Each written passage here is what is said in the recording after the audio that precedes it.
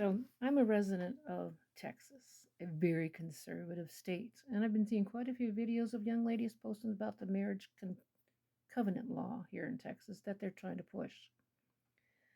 They're saying that if that goes through, that if a woman wants to get a divorce and the husband doesn't, and he says no, well, then she's screwed and she's in that marriage for the rest of her life. That's not true. Actually, it will go either way. If he wants to get a divorce, she can say no. That doesn't mean you're not going to be able to get the divorce. What it means is, in a covenant marriage, and what I'm reading, they're going to also have a non-covenant marriage, which is basically what we have right now. A no-fault divorce in a non-covenant marriage, which a no-fault divorce, irreconcilable differences is one of them. Easy peasy, you're done.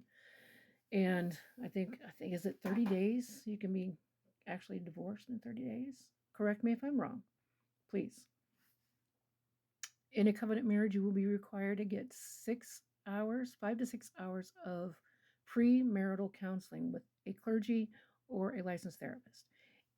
If you enter into this covenant marriage years down the road, for whatever reason you want to get divorced, same thing. Now you'll have to get marriage counseling, clergy, or a licensed therapist. And yes, both out of your pocket.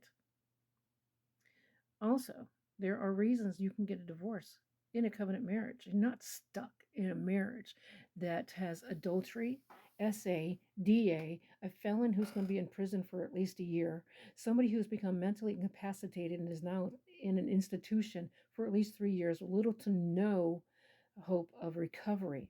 There are other reasons as well.